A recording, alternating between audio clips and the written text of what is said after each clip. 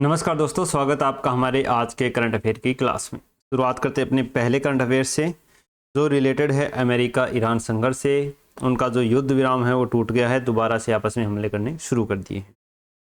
होर्मुज में कुछ तेल के टैंकर थे जिन पर ईरान ने हमला किया। उसके बाद अमेरिका है उन्होंने ईरान के ऊपर हमला स्टार्ट कर दिया। बदले में ईरान ने बहरीन और कुवैत में अमेरिका के जो सैन्य अड्डे थे उनके ऊपर हमला किया। अब जब भी अमेरिका और ईरान का संघर्ष छिड़ता है, तीन चीज़ें होती है। क्रूड ऑयल के रेट है वो बढ़ जाते हैं, सोना चांदी है उनके रेट बढ़ जाते हैं, और शेयर बाजार है वो डाउन आ जाता है, क्रैश हो जाता है। क्यों होती है ये चीज़ें? क्रूड ऑयल के रेट तो इसलिए बढ़ जाते हैं क्योंकि ईरान एक मुख्यतः क्रूड उत्पादक देश है। साथ ही जो होर्मुज जल संधि है वहाँ से काफ़ी सारा आयात होता है तेल का, तो वो ब्लॉक हो जाती है। उसके कारण जो खरीदार देश है उनमें आयात की प्रति अनिश्चितता हो जाती है। कुछ होता है वो स्टॉक कर लेते हैं, उत्पादन कम होता है, जिसके कारण इसकी मांग है बढ़ जाती है और आपूर्ति कम हो जाती है, तो क्रूड ऑयल के रेट है वो बढ़ जाते हैं। फिर सोना चांदी के रेट क्यों बढ़ते हैं? जैसे ही क्रूड ऑयल के रेट बढ़ते हैं तो जितनी भी कंपनियां हैं, जितने भी उद्योग हैं, उनकी लागत है वो बढ़ जाती है। उद्योगों की लागत बढ़ेगी तो उनका प्रॉफिट क्या हो जाएगा? कम हो जाएगा। प्रॉफिट कम होगा तो उनके जो शेयर वगैरह हैं उनका मूल्य भी डाउन आ सकता है, डिविडेंड बिल्कुल डाउन आ जाएगा। तो इसलिए शेयर बाजार गिरने लगता है, क्योंकि शेयर में से जो निवेशक हैं वो अपना धन वापस निकालने लगते हैं और किसी सुरक्षित निवेश करना चाहते हैं।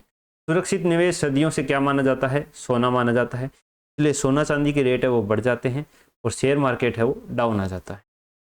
बात करें बहरीन और कुवैत, बहरीन, कुवैत, ईरान, फिलिस्तीन, इजराइल, अमेरिका, रूस, यूक्रेन, ये सारी चीज़ें क्या है हमें ध्यान में रखनी है, इनकी भौगोलिक स्थिति, क्योंकि बहुत ज़्यादा चर्चा में रहे हैं और इनसे प्रश्न आने की संभावना है वो ज़्यादा है। तो ये एक पश्चिम एशिया का नक्शा है जिसमें यहाँ पर आप देख पा रहे हो ये ईरान है, ईरान के इधर इराक है, इराक के इधर सऊदी अरबिया है, सऊदी अरबिया के इधर ओमान है। ये जो बीच में आप खाली क्षेत्र देख रहे हो समुद्री क्षेत्र, ये पर्शियन गल्फ है, ये हिंद महासागर का ही एक उत्तरी विस्तार इसको मानते हैं। यहाँ पर ये है होर्मुज जल संधि, ये यहाँ पर है यूएई, ये है कतर, और ये जो बिल्कुल छोटा सा आपको रेड डॉट दिख रहा है ना, ये है बहरीन, और यहाँ पर ये है कुवैत। तो जब भी ईरान के ऊपर अमेरिका हमला करता है तो अमेरिका के सैन्य अड्डे हैं कुवैत और बहरीन में, तो वहाँ पर ईरान क्या कर देता है? हमला कर देता है। कुवैत, बहरीन, कतर, इन सब में क्या है, जितनी भी समुद्री जल संधियां है ना जहाँ से ट्रेड होता है, तो उसके आसपास आपको अमेरिका का सैन्य अड्डा मिलेगा ही मिलेगा। तो वो क्या करता है? फिर यहाँ पर अटैक करता है। तो कुवैत के लगते हैं इराक और सऊदी अरबिया, बहरीन है वो इंडिपेंडेंट है, एक द्वीपीय देश है, कतर है उसको इस साइड में सऊदी अरबिया लगता है, यूएई में सऊदी अरबिया और ओमान लगता है। तो ये चीज़ इनकी थोड़ी सी भौगोलिक जानकारी है, आपको होनी चाहिए। इसके बाद 15,000 करोड़ की लागत से बनेगा कोटा इटावा अटल एक्सप्रेसवे। कल भारत देश के 3 गुणी इंजीनियर थे, उन्होंने जो दिल्ली मुंबई एक्सप्रेसवे है उसकी जांच की। जांच के लिए इन्होंने 3 जो स्पेशल जूते हैं वो पहन रखे हैं तीनों ने, और इनके जूतों में सेंसर लगे हुए हैं। और सेंसर क्या करते हैं कि जिस हाईवे के ऊपर ये चल रहे हैं उसके अंतर्गत क्या क्या माल कितनी गहराई तक और कितनी गुणवत्ता का लगा है, वो ये जूते सेंस कर लेंगे और इनको पता चल जाएगा। तो इन्होंने चल करके और दिल्ली मुंबई एक्सप्रेसवे की गुणवत्ता की जांच की है। साथ ही कोटा इटावा अटल एक्सप्रेसवे बनाने की घोषणा की है, जो चंबल नदी के किनारे किनारे जाएगा, और इसमें मध्य प्रदेश, राजस्थान और उत्तर प्रदेश है वो शामिल होंगे, कोटा से लेकर इटावा तक। बात करें दिल्ली मुंबई एक्सप्रेसवे की, तो राजस्थान में इसकी लंबाई है वो 373 किलोमीटर है, और राजस्थान के 7 जिले इसके अंतर्गत सम्मिलित होते हैं: अलवर, भरतपुर, दौसा, सवाई माधोपुर, टोंक, बूंदी और कोटा। कोटा के अंदर जो दर्रा टनल है उसका भी इन्होंने थोड़ा सा निरीक्षण किया था। इसके बाद भीलवाड़ा में एक ऐसा गांव है जिसमें लगभग 120 परिवार हैं, उन्होंने पिछले 4 सालों से एक भी एलपीजी सिलेंडर है वो नहीं खरीदा है। तो ये किसका उपयोग कर रहे हैं? ये उपयोग कर रहे हैं गोबर गैस संयंत्रों का। मोतीपुर गांव है ये, इसको मोतीपुर मॉडल भी बोला जाता है, तो आपको ये याद रखना है। गोबर गैस संयंत्र से रिलेटेड मोतीपुर मॉडल है। मोतीपुर गांव कहाँ पर पड़ता है? भीलवाड़ा में पड़ता है। इसके बाद सुखोई है, उसको अपग्रेड करने का कार्यक्रम चल रहा है, जिसमें सबसे पहले इनके रडार को अपग्रेड किया जाएगा। हम स्वदेशी रडार बना रहे हैं जिसका नाम है Virupaksha radar, active electronically second अरे रडार, इसका नाम है, आपको याद रखना है। तो सुखोई 30 MKI में टेस्ट होगी। भारत के पास वर्तमान में लगभग 250 सुखोई एयरक्राफ्ट हैं और इसके प्रथम चरण में 50 सुखोई हैं, उनको अपग्रेड किया जाएगा। इसके बाद ये अपने सूजस के अंदर भी आया है और पत्रिका में भी आया है। 128 देशों के इंटरनेशनल सोलर अलायंस से राजस्थान का ऐतिहासिक समझौता। इंटरनेशनल सोलर अलायंस ISA ये एक संस्था है जिसकी स्थापना किसके द्वारा? भारत और फ्रांस के द्वारा 30 नवंबर 2015 में की गई थी। इसका मुख्यालय भारत में ही गुरुग्राम में स्थित है और 128 देश इसके वर्तमान में सदस्य हैं। शुरुआत में जब इसकी स्थापना की गई थी तब यही कहा गया था कि जो कर्क रेखा और मकर रेखा के बीच के देश हैं, इनको प्रधानमंत्री नरेंद्र मोदी ने सूर्यपुत्र का नाम दिया था। यही देश जहां पर सूर्य लगभग वर्ष भर चमकता रहता है, इसके सदस्य होंगे, लेकिन बाद में इनसे बाहर के जो सदस्य देश थे उनको भी इन्होंने सदस्यता दी।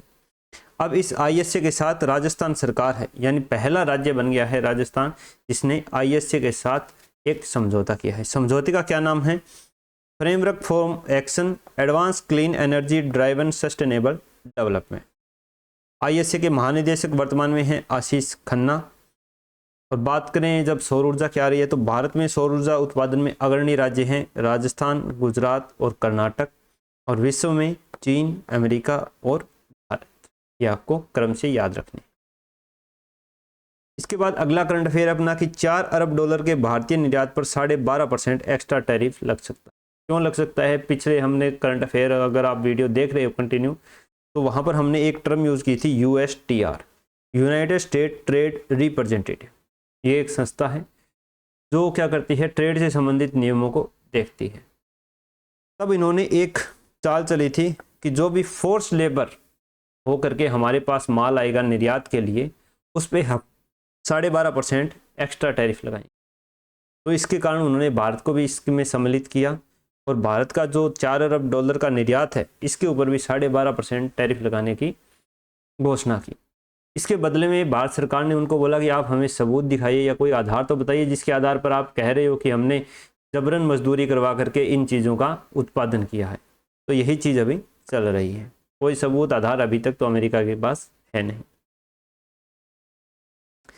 इसके बाद है कि प्रधानमंत्री नरेंद्र मोदी ने इंडोनेशिया का दौरा किया था। उसमें वहाँ पर एक यूनेस्को हेरिटेज में रजिस्टर्ड मंदिर है प्रम्बानान मंदिर, जो कहाँ पर स्थित है? इंडोनेशिया के जावा द्वीप पर स्थित है। इसकी अभी यात्रा की। तो ये प्रम्बानान मंदिर है, ये याद रखना है आपको। कहाँ पर है? इंडोनेशिया में। कौन से द्वीप पर? जावा द्वीप पर। यह भगवान शिव, विष्णु और ब्रह्मा को समर्पित है और इस पूरे मंदिर परिसर में लगभग 240 मंदिर है। तो ये आपको याद रख लेना है। इसके बाद अगला करंट अफेयर है खेल जगत से। तीरंदाजी विश्व कप हुआ था 2025 में चाइना के अंदर। उसके अंतर्गत भारत की एक महिला खिलाड़ी थी ज्योति सुरेखा वेन्नम, जो आंध्र प्रदेश से बिलोंग करती है, इनको कांस्य पदक मिला था। और एंड्रिया बेशेरा थी मैक्सिको की, इनको रजत पदक मिला था। और मारियाना बर्नाल है मैक्सिको की, इनको स्वर्ण पदक मिला। लेकिन मारियाना बर्नाल है, इसके ऊपर केस हुआ था कि आपने डोपिंग की है। एंटी डोपिंग टेस्ट इनका हुआ था जिसमें ये अपराधी पाई गई और इनका स्वर्ण है उस पदक से हटा दिया गया। तो एंड्रिया बसेरा को स्वर्ण पदक विजेता घोषित कर दिया गया है और ज्योति सुरेखा वेन्नम को कांस्य से फिर रजत पदक विजेता है वो घोषित किया गया है।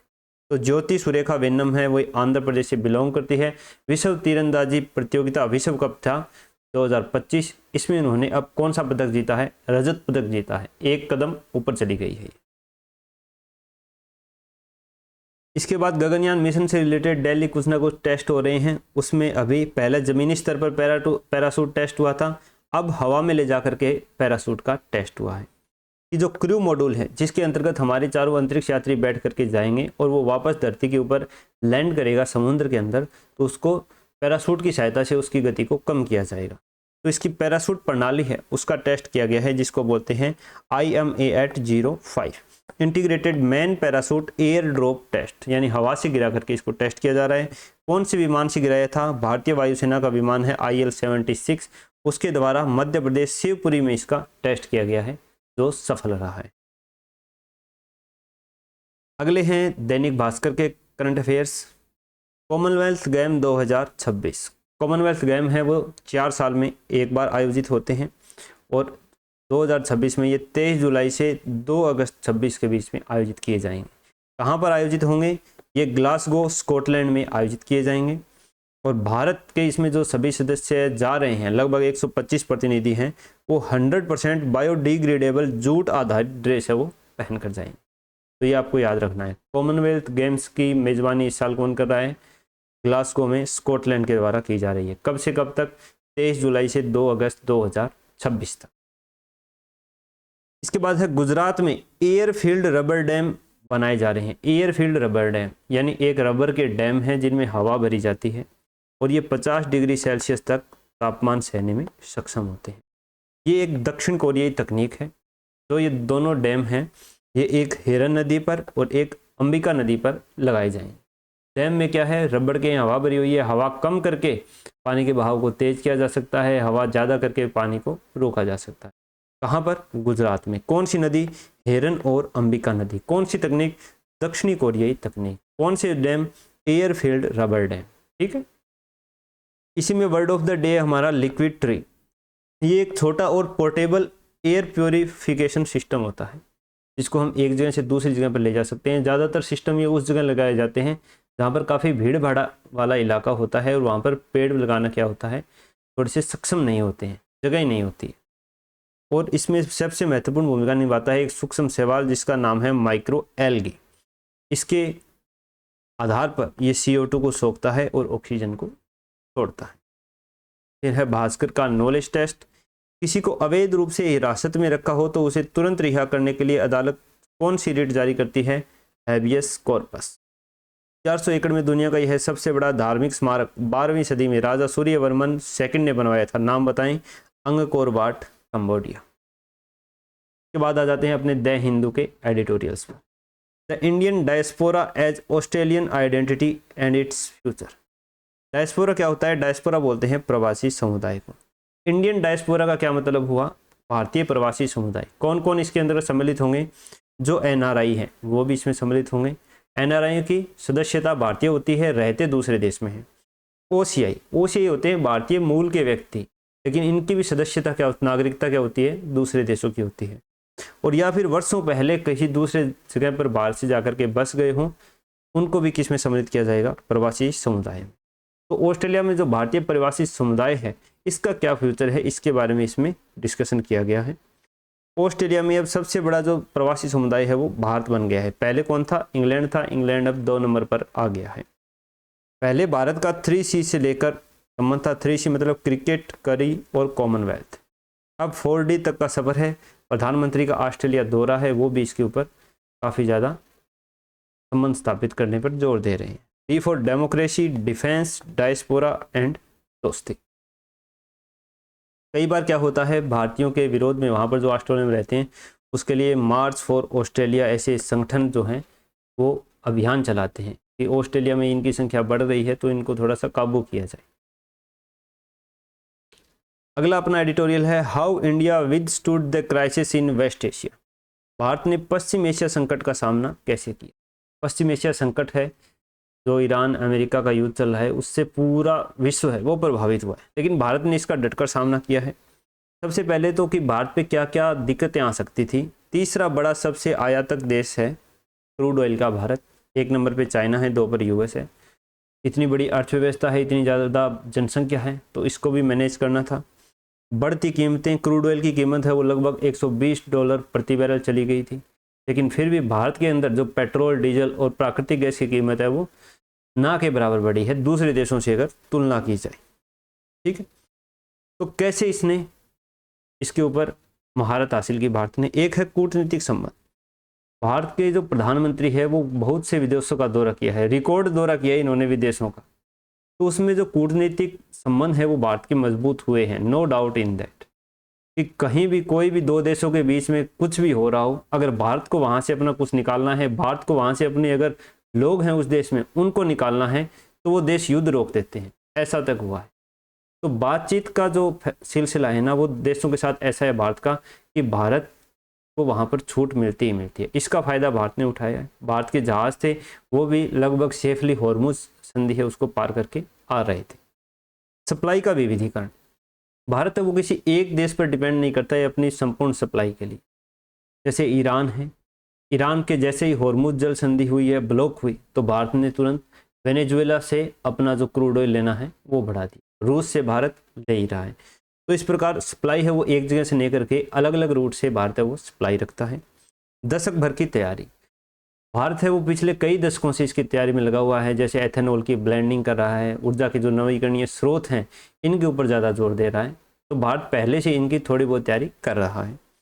Whole of the government operates, whole of the government यानी सरकार के जो सारे अंग हैं ना वो मिल करके, चाहे वहाँ पर नौसेना हो, चाहे विदेश मंत्रालय हो, चाहे भारतीय आर्मी हो, जो भी हो या कंपनियां हो, सब ने मिल करके एक अच्छी अप्रोच के साथ इस मुकाम को हासिल किया है। तो यही चीज़ इसके अंदर बताई गई।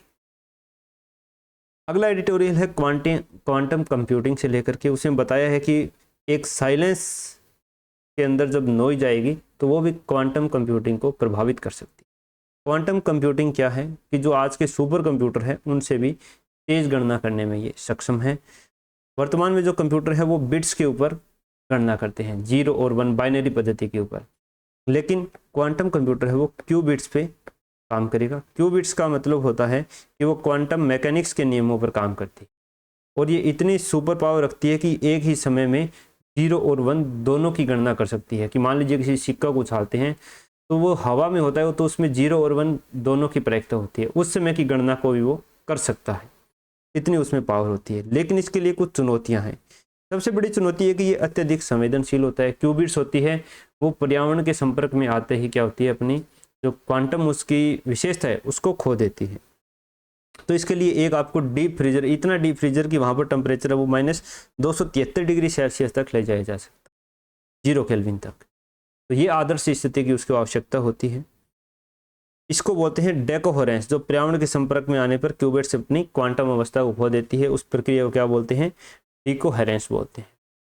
भारत ने भी नेशनल क्वांटम मिशन है उसको शुरू किया है, 6003 करोड़ की घोषणा की है और 2031 तक कुछ इसमें उपलब्धि हासिल करने का लक्ष्य रखा गया है। क्वांटम कंप्यूटिंग में वर्तमान में जो है उसमें एरर रेट ज़्यादा है अपने जो पारंपरिक कंप्यूटर हैं उनके मुकाबले। अगला एडिटोरियल है Indira Point inside the plan to protect lighthouse, यानी लाइट हाउस को वहाँ पर प्रोटेक्ट करना है और डेवलप टूरिज्म हब, और वहाँ पर टूरिज्म को बढ़ावा देना है। इसी के बारे में इसमें बात की गई है। हम इंदिरा पॉइंट को देख लेते हैं। इंदिरा पॉइंट भारत का सबसे दक्षिणतम बिंदु है। ये भारत के बिंदु हैं, सबसे दक्षिणतम हो गया इंदिरा पॉइंट, जबकि मुख्य भूमि में क्या है, कन्याकुमारी है। अगर हम देखें पूर्व में तो किबिथु अरुणाचल प्रदेश में है, उत्तर में इंदिरा कोल सियाचिन लद्दाख में है और पश्चिम में गुहार मोती गुजरात के अंदर। तो ये 400-500 पॉइंट आपको याद रख लें। अगला आगे है अपना क्या, सुजस बुलेटिन, जिसमें एक विदेश संपर्क स्टेट आउटरीच कॉन्फ्रेंस, इसकी तैयारियां की जा रही है। कहाँ पर की जाएगी, ये RIC में की जाएगी, राजस्थान इंटरनेशनल सेंटर जो जयपुर में स्थित है, 16 जुलाई को।